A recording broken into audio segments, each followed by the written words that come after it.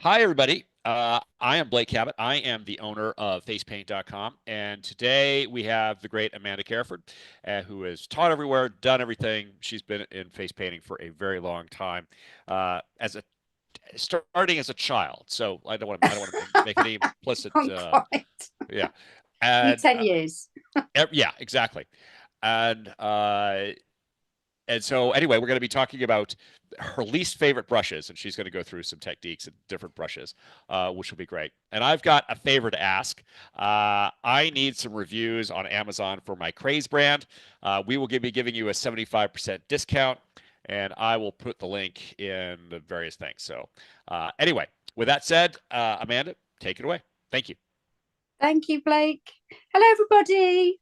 Nice to see you. I'm sorry, I was supposed to be here 2 weeks ago, but I went to Spain and was on a plane at the time. So I'm really sorry if anyone knew about that and was expecting it. But I'm here today. And this webinar, I had a chat with Blake the last time, and I said, why, rather than do the designs, Mhm. how about we do something about the actual brushes?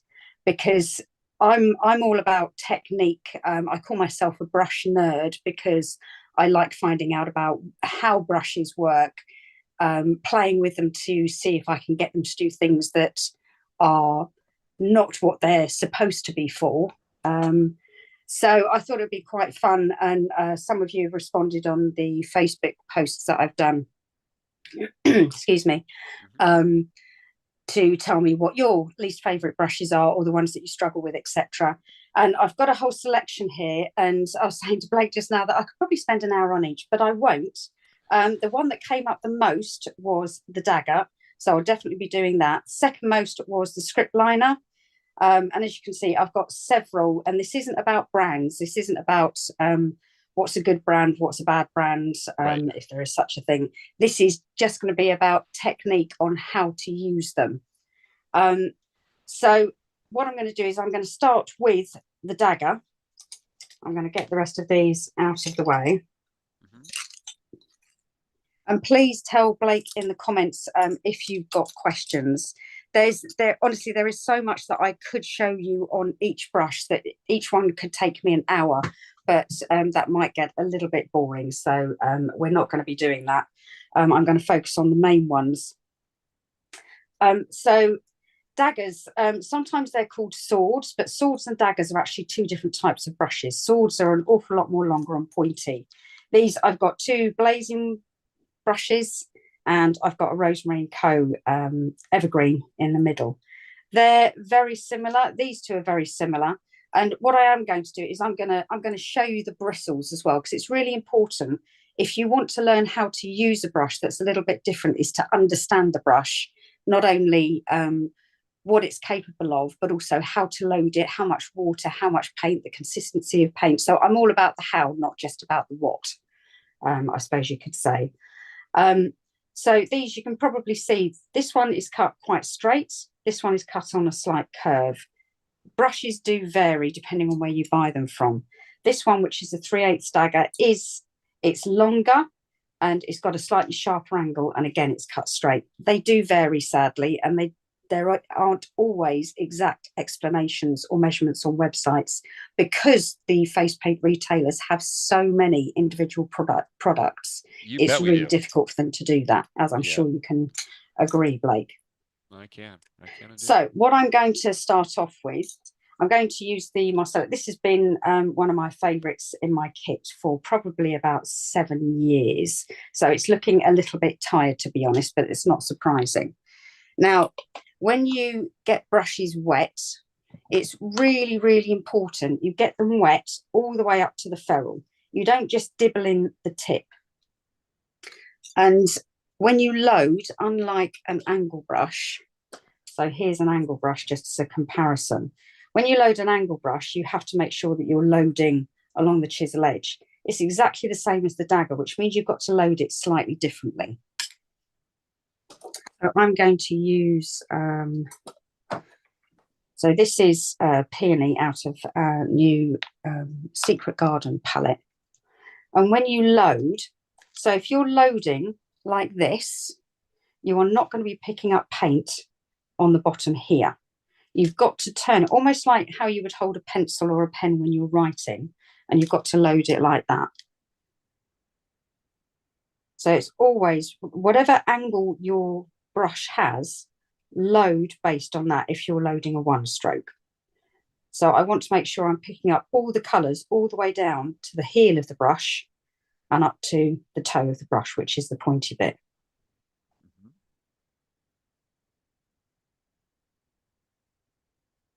And it's very difficult to get paint going all the way down here because of the angle that you're loading at.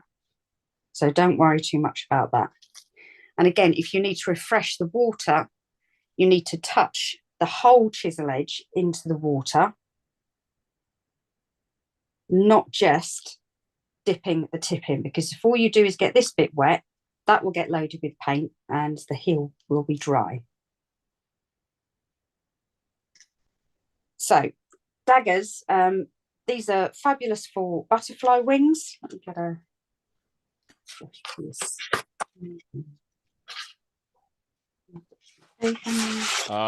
Fresh and Funky Faces says dagger brush is my nemesis. And Sissy Kids Party says hello from the UK. Hello, and hello Hannah on Fresh and Funky Faces. Right, just make sure I stay in the middle, so I'll move this over a little bit. So the dagger's got a really lovely point. So if you're doing something like butterfly wings, you start right up on the very, very tip. So the only thing in contact is that point. So if I was doing the top of a butterfly wing, I'll bring it down like that. And then when you actually paint with it, you have to come out of that perpendicular angle, and you have to use it almost like a pen or a pencil, which is a little bit foreign to us as face painters because we're so used to being upright when we paint. And the only way you will get all of the colour off these bristles is if you hold it at that angle. And I think this is where most people struggle. When I first started using angle brushes, I couldn't use them at all. I then tried my dagger, which I've been looking at for like 3 years in my kit, thinking that looks quite scary. I don't know what to do with it. I tried the dagger, and for some reason, I learned to use the dagger before I learned to use an angle brush effectively. So when you're coming in to do that first butterfly wing, this might have dried up a bit now. What you need to do is rotate. And I'm always banging on about learning to rotate the brush in your fingers like this. Because once you can do that, you will increase the range of movement you've got on so many strokes when you're face painting on the job. Rather than using your arm to turn the brush, maintaining control whilst rotating in your fingers makes you an awful lot more efficient. So you rotate it down, so you kind of like put it flat and then come back up onto that chisel edge and then flip down to the tip. Now that's gone a bit wobbly because I was doing it really slowly. So I'll do it slightly faster. So again, coming in for the top of the wing and then lay flat and then come up. And you get the most beautiful S shape. And yes, you can achieve this with an angle brush. I'm not saying you can't, but the dagger is useful for so many other things that an angle brush isn't as good at. So you've also then, that dark tip that we loaded, you can create the finest lines. And I know some people use these for things like whiskers. I find it difficult for whiskers because you have to kind of rotate it as you come around to do the whiskers like this. So they can be a little bit tricky. But it does hold an awful lot of paint, which is really useful. Now, another thing that dagger brushes are really useful for are feathers. So if you pull in the vein of your feather, I always go base to tip just because the base needs to be fatter and I'm better at releasing the pressure as I go up. And pressure is the other thing that is so important. As you probably saw when I did these wings, I wasn't mashing the brush down. I was using very light pressure and just tilting it. So I'm not pushing the paint off the bristles onto the paper or the skin. And for feathers, and I first saw Juliet Eve do these. Such a clever technique. And again, you start on the chisel edge and you're doing another kind of S shape. So you start literally about 1 millimeter or 2 away from the vein through the center. Or is it called a rib? I'm not sure. One of the two. And then you just do a little S shape and pull up. And you just make them smaller as you go up. And what you will find is that the less paint you have on your brush, the more effective that little feathered edge will be. And that's probably the quickest feather that you could possibly paint. It also looks a little bit like an ear of corn. So if I did it in yellow, that's what it could be. But if I do another one, so just to show you as the paint kind of wears off, and this does work better on skin than it does It's on actually paper. called a vein. It is called a vein. Yep, well done. Hurrah. As you can see, you get a lovely, so as the paint wears off the brush, it gives a really beautiful feathery effect. And that is literally like a 10-second feather. Another thing with the dagger brush, there's a lady called Caroline Tropical Bird. So if you follow her, she uses one of these for so many of her eye designs. And her work is just stunningly original. I can't tell you, I can't give you enough adjectives to tell you how amazing her work is. Jen John says so pretty, and Fresh and Funky Faces loves that. Jolly good. So if you imagine you've got your, oh, dried up a little bit.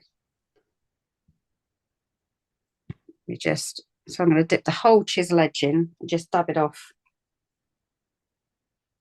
So I've not got too much moisture on there. Because again, I want to use it slightly dry. So if you imagine you've got your eye like that. If you're doing an eye design, and you need to watch some of what Caroline Tropical Bird does. She's on Instagram and Facebook. But she does like these amazing kind of like flicks. And because you've got that graduated edge, you don't even need to rotate it really. You can just get these amazing sort of like feathered effects and then come up onto the tip. So if you imagine that with like a little floral thing in the middle and some dots or a stencil, it gives such a pretty sort of like delicate effect for adult eye designs. Hello.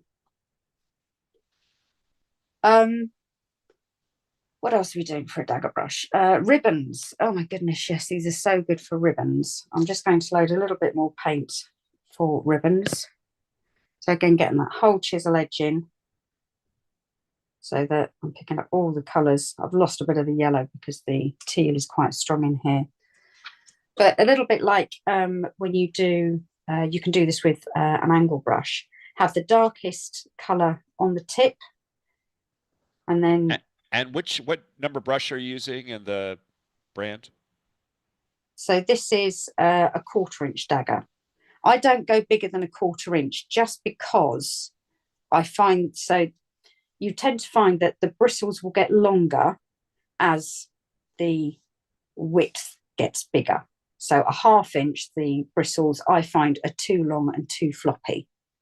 But if you've got one, play with it. And that's any brush you've got that you don't use, the only way you're going to get used to it is if you play with it. And don't try and paint a thing. I call it playing without purpose. So literally just doing strokes on a sheet. And I have got so many bits of paper and sketchbooks with just marks on them.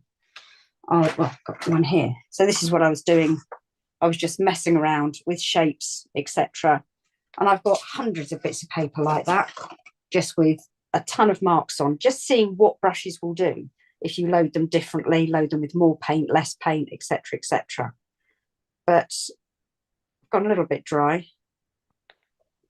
Load a bit more paint on there. Too much talking, as usual. Yeah, so making sure that you keep the dark edge on the tip, on the toe, and you can do some really effective ribbon type strokes. Like that. So that is dagger. Any more questions on dagger?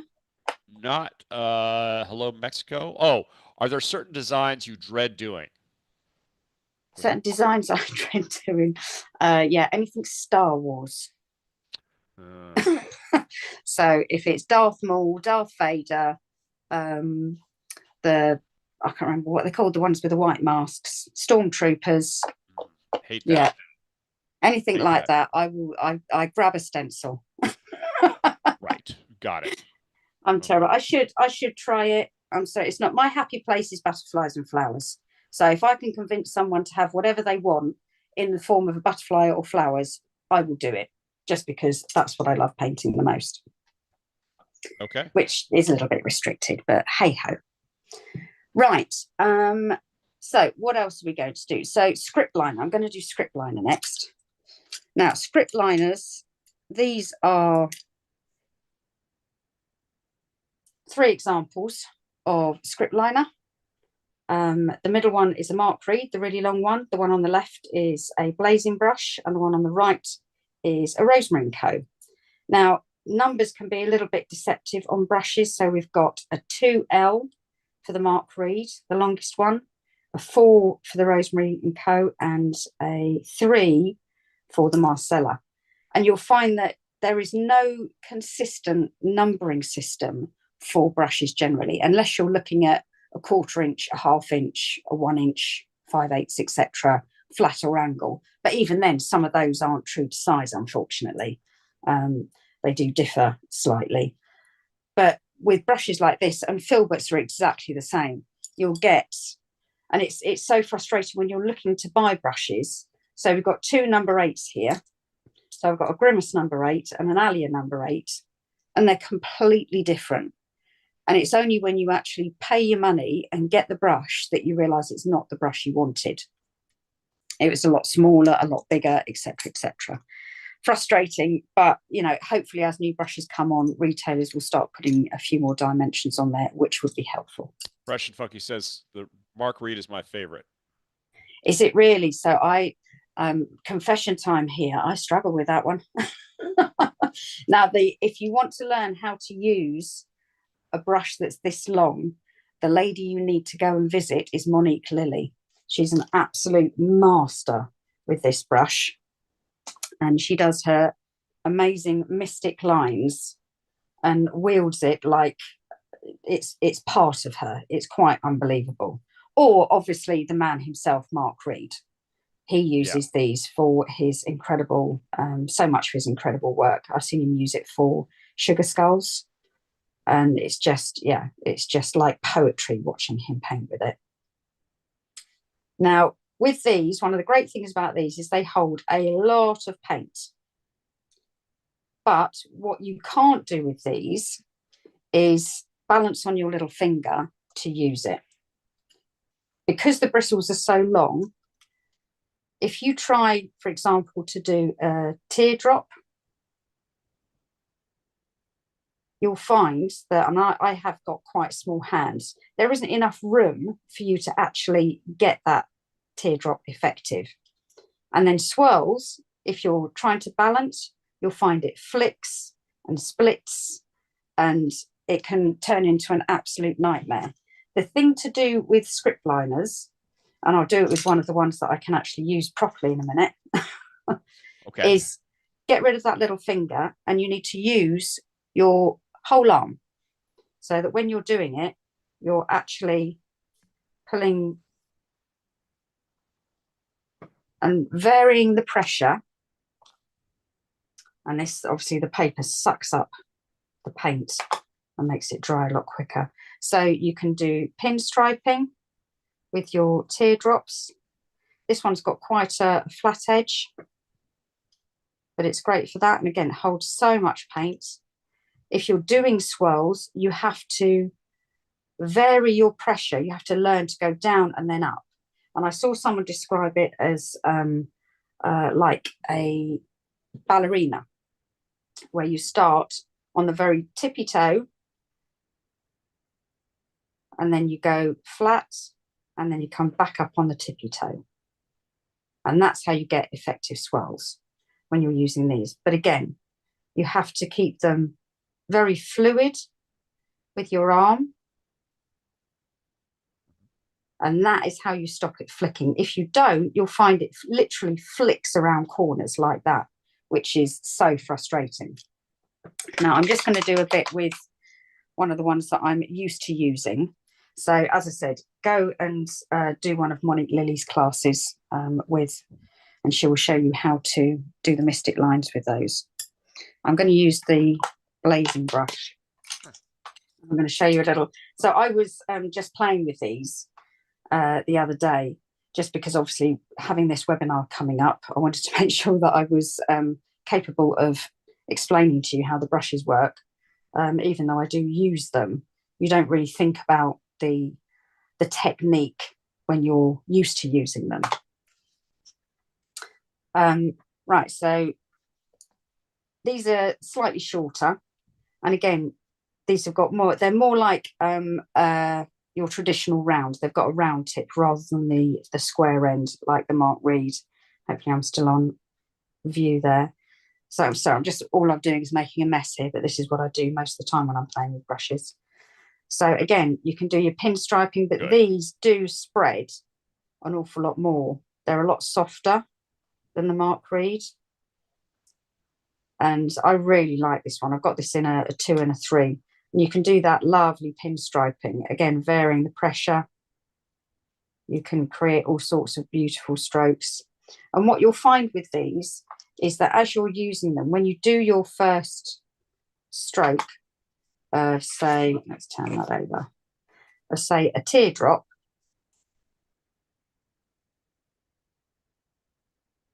so come down, do a nice long teardrop. Ranjana says, hi, Amanda. Sorry, who was that? Ranjana? She's a henna artist? Oh, Ranjana, hello. Ranjana, sorry. Thank you for joining us.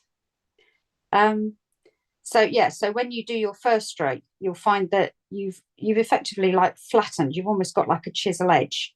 So if you do it, turn it a quarter turn, you've then got a sharp point. I don't know if that's actually visible on the screen, but do your teardrop, create that flat edge, and then turn it a quarter turn, and then you'll be able to do a drag and drop very effectively, apart from the fact it's on card, so it doesn't actually finish very nicely. But that's what you'll see when people are doing these teardrop masks. You'll see them do one like that, and then they'll turn it a quarter turn, and then they'll drag and drop like that. Again, with these, make sure that you're using a light touch. And another lady who's an absolute master with these is Erica Walsh. If you go and look at her floral, she uses great big floral brushes. She uses the Flora number 10, which somebody asked about as well in terms of using it. So Erica Walsh is a UK painter, very talented. She does the most beautiful florals using this and a script liner. So she's another great one to go and watch. And she does lots of these incredibly delicate floral designs. And she's just got this amazing sort of like flow. This paper's moving, which isn't helping much. Where she does these beautiful sort of like delicate swirls and flicks and whirls, etc. That are just completely stunning. But again, any script liner, if you make sure that you're using your whole arm, yeah. This is a weird question, but I think this is almost no. But are there any face painters that have trademarked any of their designs, or is there an avenue for that kind of thing? I think it's. Do you know? That's a really difficult one to answer. I think it's difficult to trademark a design, unless. Well, no, I suppose you could, but then policing it, a bit like when you look at Disney and their characters, they trademark all of their characters, but then policing it is an absolute, minefield. And people can change them slightly, and they're not then contravening the copyright. Trademark's different from, I mean, you're talking about copyright, not trademark. So trademark is like, for instance, I'll tell face Craze FX is a brand of ours. We tend to trademark that, and that's fine, and you can more or less police that. If you're talking about copywriting something like a design, the overwhelming problem is A, it's expensive, at least in the United States. It takes months, and by the time you trademark it, you have to prove to someone that no one has ever done this, which, yeah, that's a problem. And the second one is if you're going to sue somebody, you have to sue them at least in the United States, in federal court, which means that costs an inordinate amount of money. So essentially, yeah, unless you're a big company, it's very hard to get anything like that done. What kind of paper are you practicing on? This is just tan card. I like it because it's thick enough that it doesn't wrinkle. It's if you get it 180 or 200 GSM, but it gives a really nice contrast for pretty much all colours that we use. Better than white because obviously you can't, tip with white or do any white line work if you use white paper. Don't use cartridge paper or watercolour paper. It's got too much of a tooth. It's too textured. It needs to be nice and smooth. But cardboard, any old cardboard. So all of your packaging, just keep it and practice on it because that's then free. Right, I'm going to show you one more thing with this, which I discovered whilst I was playing. And lots of people love the ghosting. You can actually ghost with these, which I thought was quite a fun thing to discover. And I use that word lightly because I'm not suggesting that I discovered the technique. I'm just saying I discovered that I could do it. There you go. Be very careful these days. So make sure your brush is fully wet. And again, one thing that I didn't talk about in terms of loading these. So when you load your brush, and this applies for pretty much all techniques apart from ghosting. If when you load your brush, I don't know if you can see on the screen, if you have got water up in this bit near the ferrule and paint on this end, you will end up with watery line work. And that goes for whether you're using a liner brush or a filbert or a petal brush. You have to make sure there is pigment all the way up to the ferrule. And that's how to make sure that those strokes are not going to be watery. Now, I actually want this to be watery. And the only reason that I discovered this is because I was looking at the difference between watery line work and not watery line work. So I've got a little butterfly wing that I prepared earlier. Is that central, Blake, for Insta? A little bit to the right. A little bit to the right, that way. Yeah? Yeah. Okay, yep. Get that out of the way. That's right. I'm sure that's true. Okay. So what I've done is I've got my brush loaded. So the principle is the same for when you're ghosting with white. So my brush is loaded with water and then I just dab off the excess. And that's a double O brush, right? It's a what, sorry? Double O brush, script liner? Yes. No, it's a number 3. Number 3 script liner, okay. Yeah, so number 3. So again, pressure will vary how thick or thin the stroke is. So as you can see, it comes out very thick if you're using a lot of pressure. And then when you're not using a lot of pressure, it's very thin. So if I was going to do a butterfly wing with this and I was going to do a kind of watercolor effect, I've half loaded it. So I've got paint halfway up the bristles, but the rest of the bristles are just wet. And then you kind of lay it flat and give it a push and wiggle it. And then pull back to your focal point and you get this really nice kind of watercolory effect. And what brand are the purple ones? These are Blazing Brush. They're really nice script liners. They are. I'm literally just dipping the tip back in the worked up black paint just to refresh that. And I'm just going to do the next one. Again, I'm just going to kind of wiggle it and I'm kind of pushing the water onto my skin at the same time. And I just thought it was quite a nice effect that it gave you that kind of watercolor edge that was a little bit different. So, oh, it's gone a wee bit dry. So just wiggle it. And I'm not being very precise or anything. I'm just trying to create like that ragged edge and then I'll just use the tip to pull in those veins. But I thought that was just a nice kind of interesting ghosty type of effect. A different way to use liner. I'm sure people like Sally Ann Lynch do things like that already. She's another one that's amazing with a script liner, somebody else to follow. They're also called riggers. So if you see a brush called a rigger, they're usually the longer ones like the Mark Reed. So those are the two descriptive terms. What else can you do with these? So the other thing that you can do is drag and drop some flicks. And again, it's very much, I would tend to use these maybe on eye designs if I was like flicking out some delicate lines, or maybe on an arm design, something like that. So coming right up onto the tip, drag, drop, and then flick. It's probably easier to show you on my skin. I'll do it like it's antenna.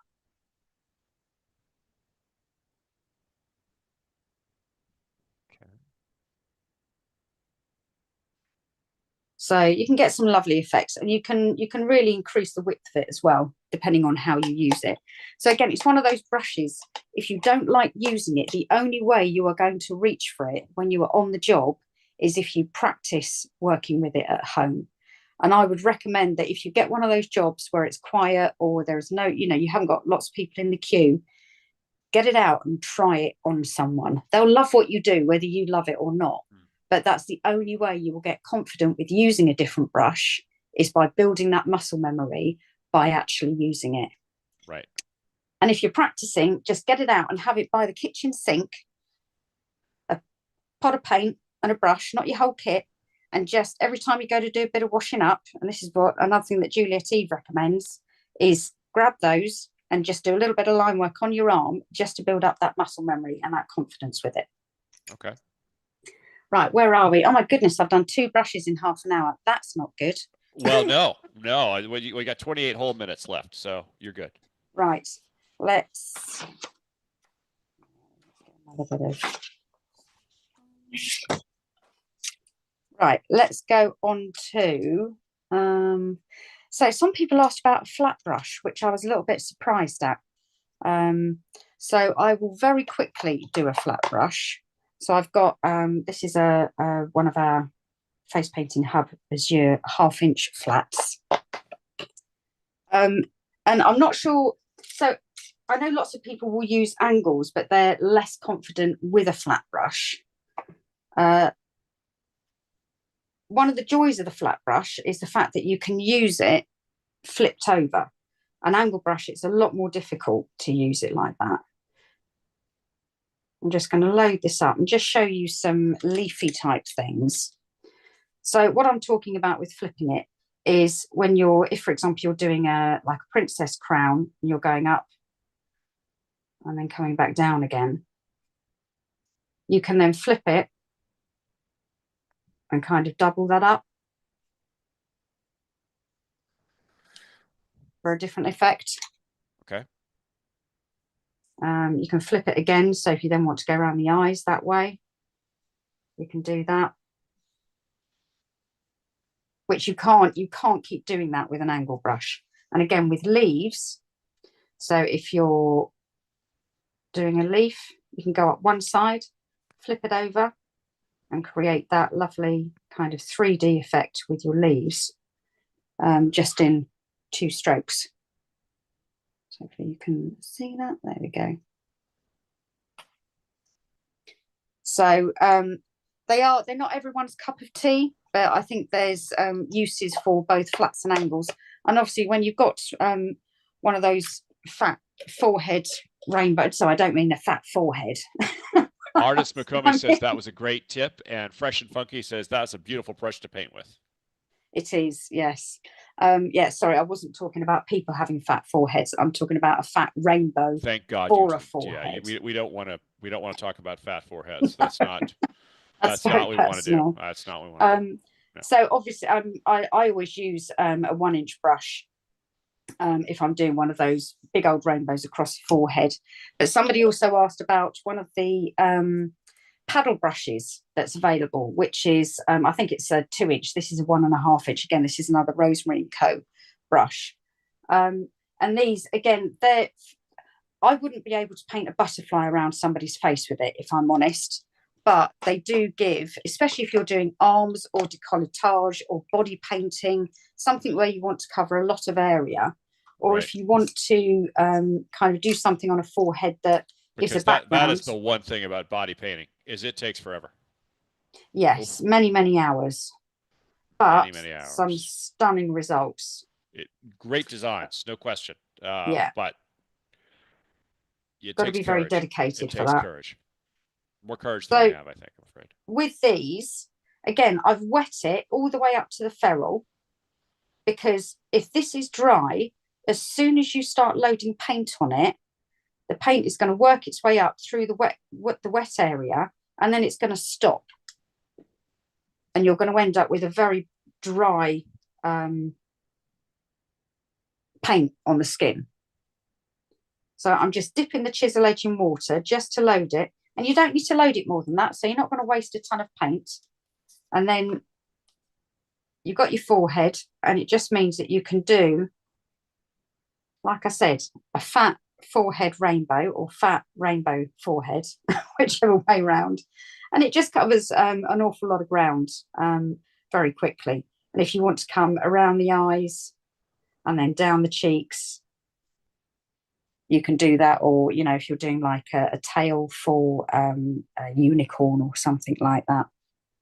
But again, it just covers a lot of ground very quickly.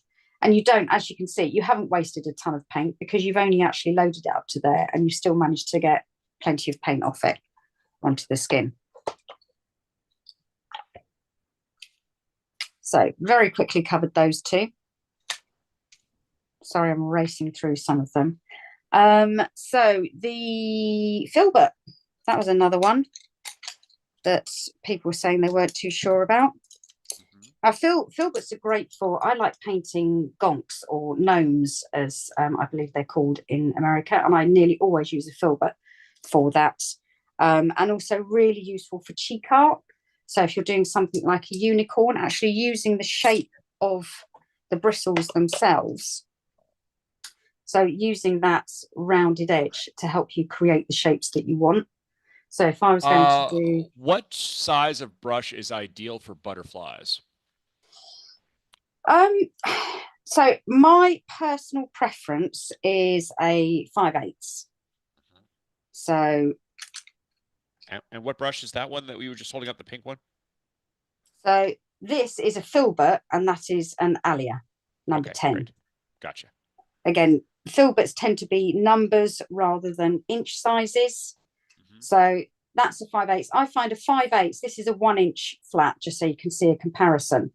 I find a 5/8 angle is pretty much the perfect size for any butterfly, even on a tiny face. I find a 1-inch way too big. 3/4 inches, I often find it then covers too much of the base that I've put down. So the 5/8 really works for me. But I would try Ranjana different says ones. fat foreheads are actually a face painter's dream. That is so true, Ranjana. It really is. And Fresh and Funky says I use flats for my princesses, crowns, rainbows, and cat ears. Oh, you use them for your princess crowns, yeah. Yeah, you can use them for so many different things. Again, it's one of those things you need to play with, but they are so good at creating really specific shapes. So if I was doing a unicorn, for example, I would use the shape around the end to create like the nose area, and then come up onto the chisel edge and round, and then create like that jowl.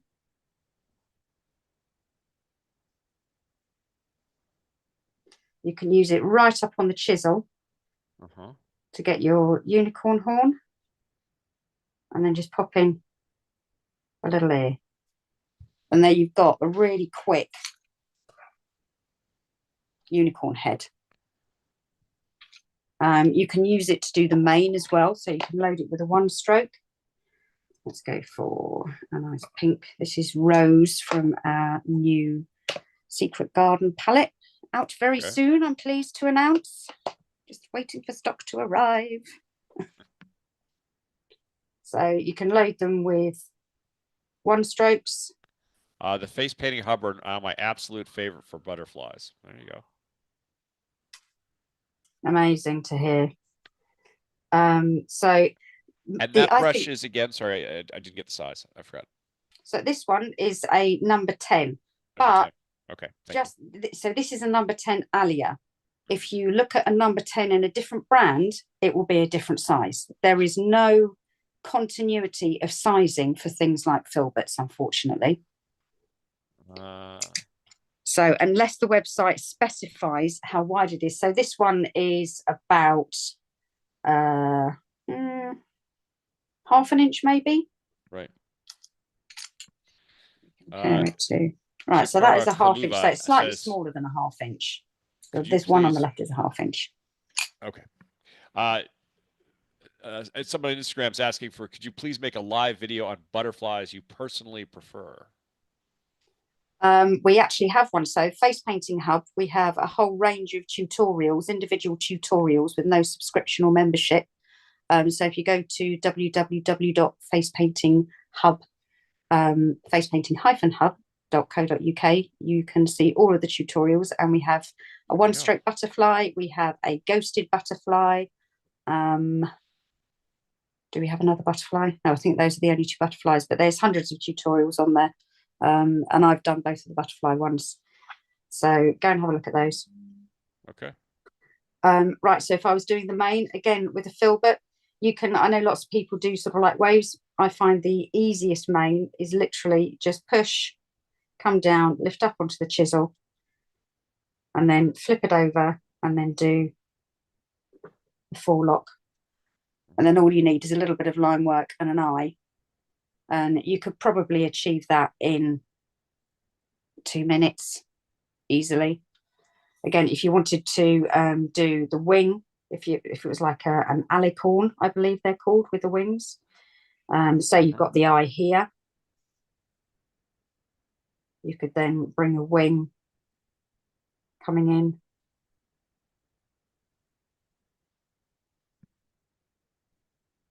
With a tail. So keeping it really simple, fast, on the job.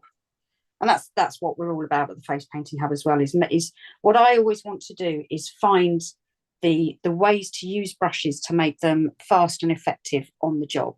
That's always my main objective. Yes, I will sit there sometimes and spend an hour painting something, but that's just for fun.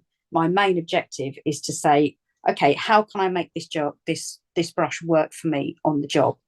And that's exactly how I would use a filbert. So that's that one. Somebody did ask about very large filberts. Now I believe, are generally used for body painting. I don't do body painting. So I would suggest that if you want to see how large filberts are used, you join some body painting Facebook groups. Do you ever have body painters on? I've done it once. I haven't done it in a long, long time for the obvious reason. It just takes forever. Yes. It's like, it is in fact like watching paint dry. It's depends on your perspective. Yeah. No, but spectacular designs. I mean, the artists that do them, God bless. But it's also very hard for a beginner to try to even attempt something like that, because it's just hard. Yeah, very true. Right, I'm going to do, so I've got a couple of stenciled faces here, which I've just given her a little fringe there, which I didn't intend to do. But before I show you the rake, I'm going to do this one, which is called the notch. And several people have asked me about the notch. This is one from Too Meany. It's their impact range. And it's quite an unusual brush. And you do get lots of unusual brushes. So this one and the tiger stripe, which is like a triangular one. I'll be perfectly honest, I've never actually found a use for this because I do tiger stripes with a pointed round.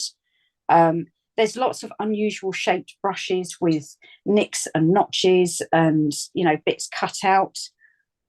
Yes, they're good fun. Yes, I'm sure they have uses when you're doing watercolors or acrylics, etc. For face painting, I've not found one that I would use as a go-to on the job. This one I have used several times, and is quite good fun. But the thing that people struggle with most with this is the loading. Again, I've got it fully wet, and I'm going to load it up with paint. And this is where loading is so important with different types of brush, and why it's so important to play with the loading as well. A little bit like I did when I discovered that you could do like this watercolor effect with, or like the ghosting effect with the liner, the script liner. So when you load these Fresh up, and Funky says, I have a wide variety of brushes that I use on the job, and they all have special jobs to help me paint effectively.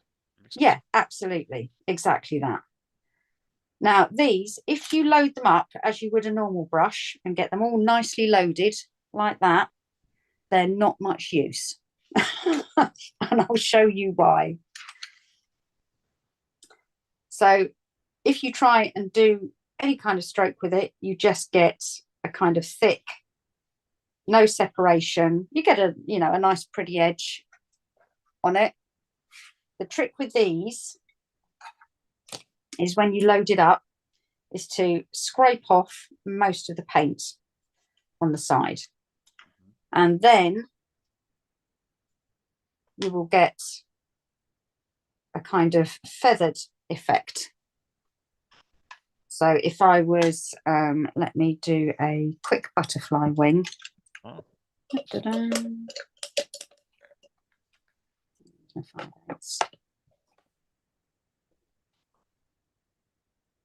Just to let you know, you got about 13 minutes left. Yeah. Whipping through them as fast as I can. Oh. The trouble is doing them justice. I honestly, I could spend at least an hour on each brush, even the ones that everyone uses every day on the job. But then, like I said, I'm a brush nerd. I do like talking about brushes. Yeah. Can't help myself. So if I do a quick butterfly wing.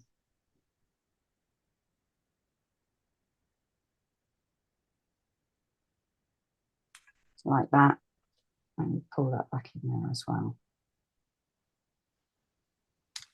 And then I get the notch. And like I said, I load it. And there are 2 different types of notch on the website. And I'm not suggesting you go and buy them, but it's if you have one already and don't know what to do with it. So this one is called the notch, the square notch. I'm not a very big fan of that, if I'm honest.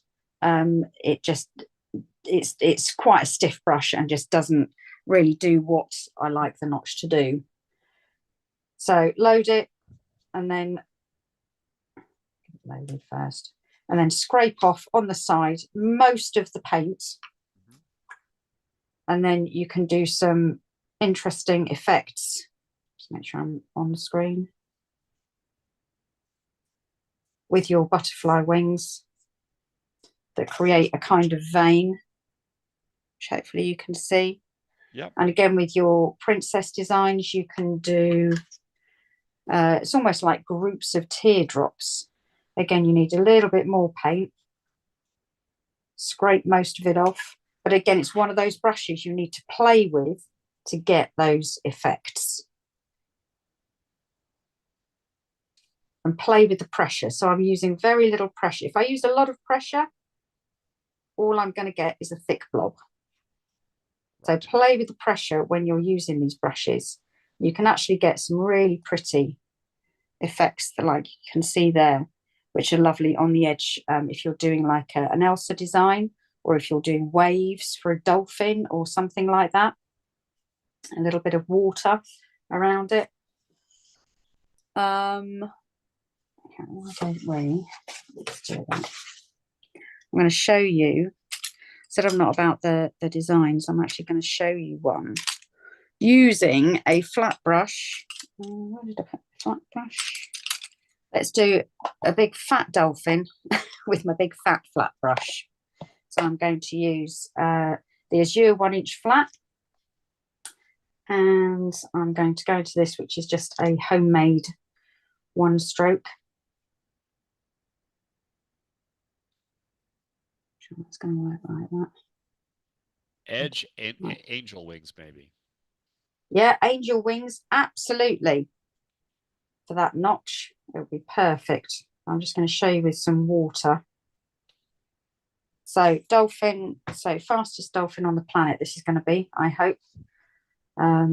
Right up on the chisel edge. And again, this is another thing you can use a flat brush for.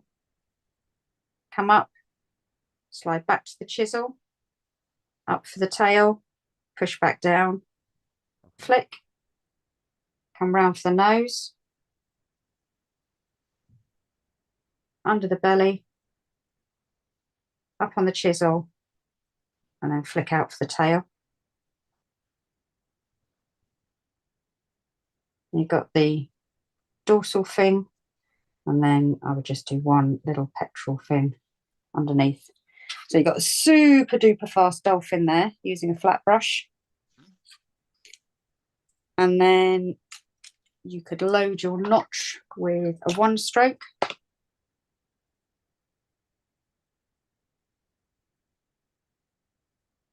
Messing all the colours up now, unfortunately.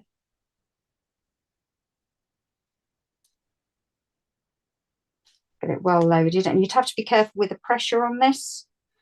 So if I was going to do some, you'd have to like pull it in. So if the water was up the top, just to make sure I'm still on screen.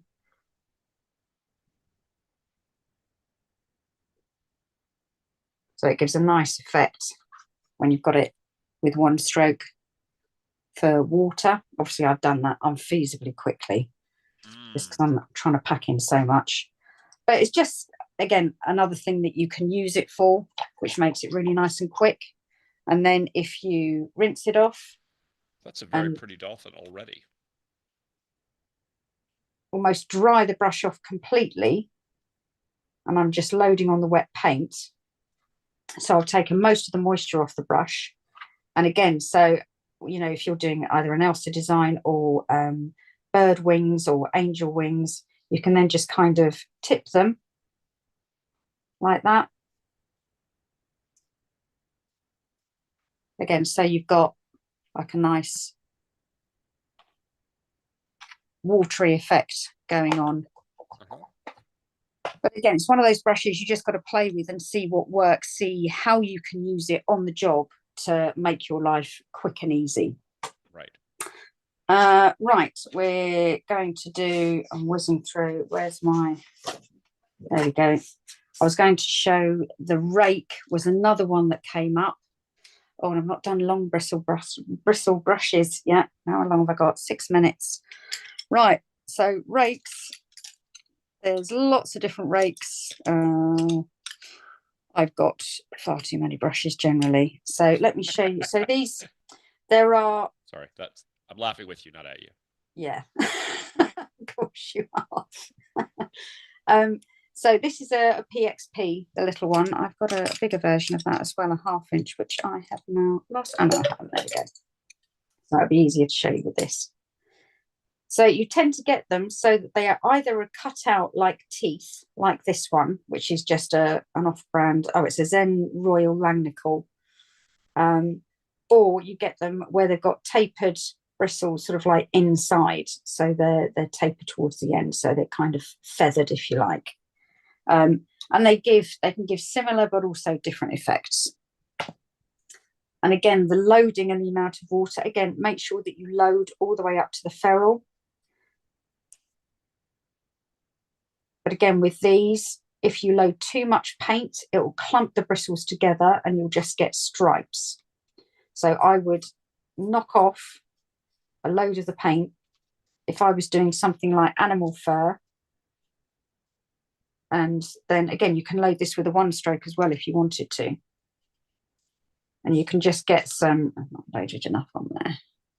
Trying to go too quickly.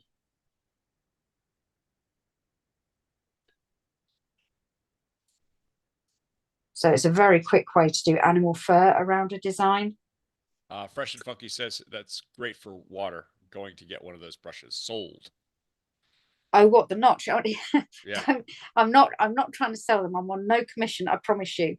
And you can get Making huge that money on effect this, dude. with a Don't let liner on. as well, just not as quickly. So for butterfly veins, you can use a rake, which can look quite effective to almost like highlight the wings.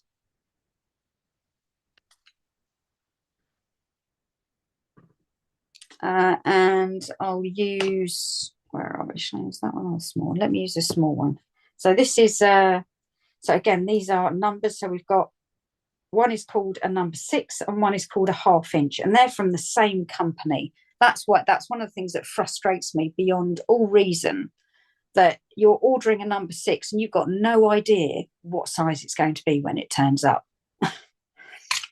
But hey, so these are PXP ones, but I do like them. After criticizing them, I do actually like them. So I'm going to load with let's load with some pink and orange. So this is for fairy hair. And again, you don't want it overloaded, otherwise the bristles clump together and you don't get that nice separation. And I would always just test it on my hand just to make sure. Okay.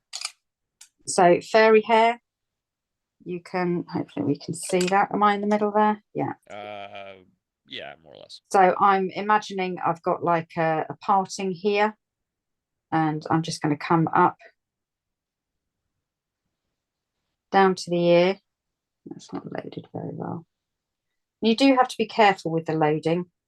Too much and it clumps together, not enough and it dries up. And then I'm going to come round with kind of a swoosh. And then I'm just going to double that up.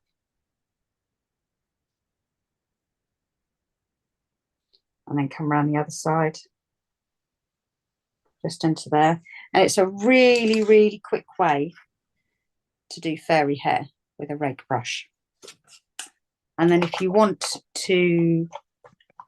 for those of you that want to donate old supplies to someone, Schloss-Eyed Monster on Instagram is willing to take them. A what?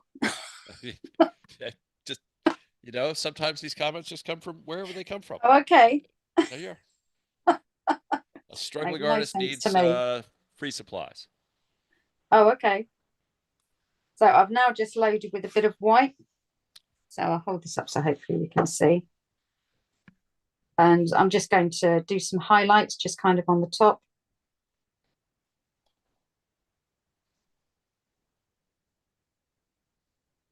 But fairy hair was one of the things I always found so difficult to do. My hair, I always made them look like wicked sea witches. And using the rake is the only way I found to do it quickly and for it to actually look pretty. But again, you do have to practice sort of like getting that swoosh at the bottom to make it look pretty. But again, for wings, using the smaller one, you can create some really nice, what can we do here? Just to create some different effects, give it some texture, a bit more interest, etc. Oh, we haven't done. So one thing I'm going to do very quickly in the last 30 seconds is someone was asking about the long bristled brushes. Let's go back to my dolphin and turn it upside down. So this is the Sedona 5/8. Now, when you load these, again, get them wet all the way up to the ferrule and then wipe off or dab off either side on a towel to get rid of some of the excess. Because these are long bristled, the belly of the brush, the reservoir, which is this area, they hold a lot more water than your average angle brush. So dab off a little bit more than you would normally. And then when you load it, if you start pushing in like this, you will be squashing all of that water out of the brush and into the paint and muddying it. Okay. So let me just rinse that off. Always start loading gently. So you want to activate the pigment, especially if it's a completely dry cake.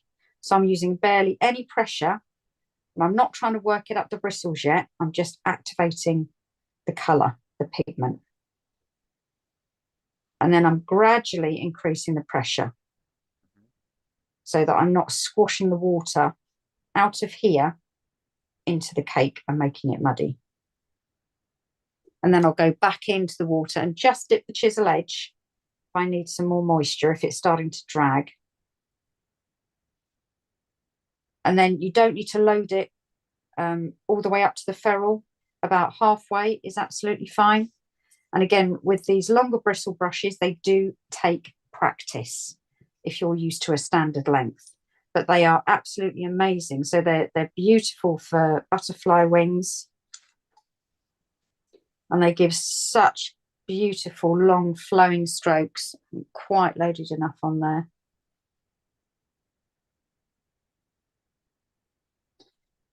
Really nice, long, flowing strokes. So if you're doing an arm design or something like that, and you want to do something that's got, you know, lots of movement, or you're creating like a big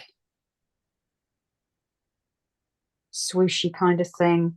I don't know, I'm not painting anything specific. I'm just kind of showing how they move. But they are so good for these bigger kind of designs, the way that they move and the flexibility in the bristles.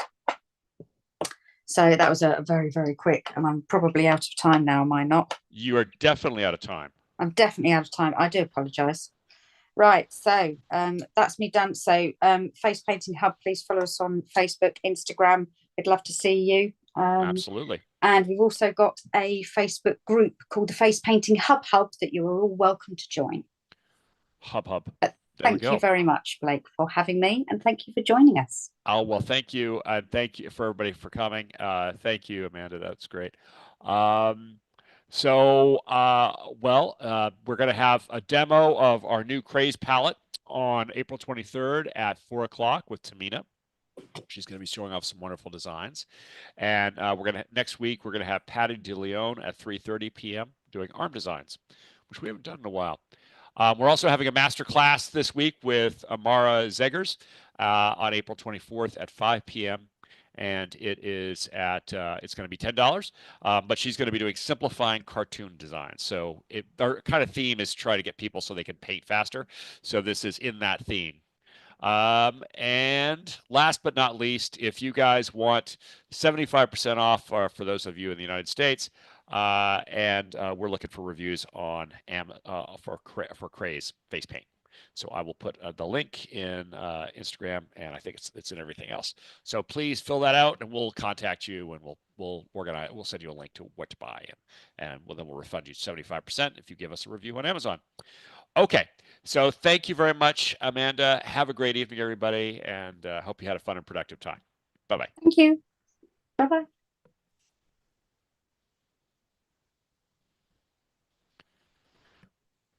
Oh, okay. This is where you do the review. I'll type the answer for you. There you go. Thanks. Bye-bye.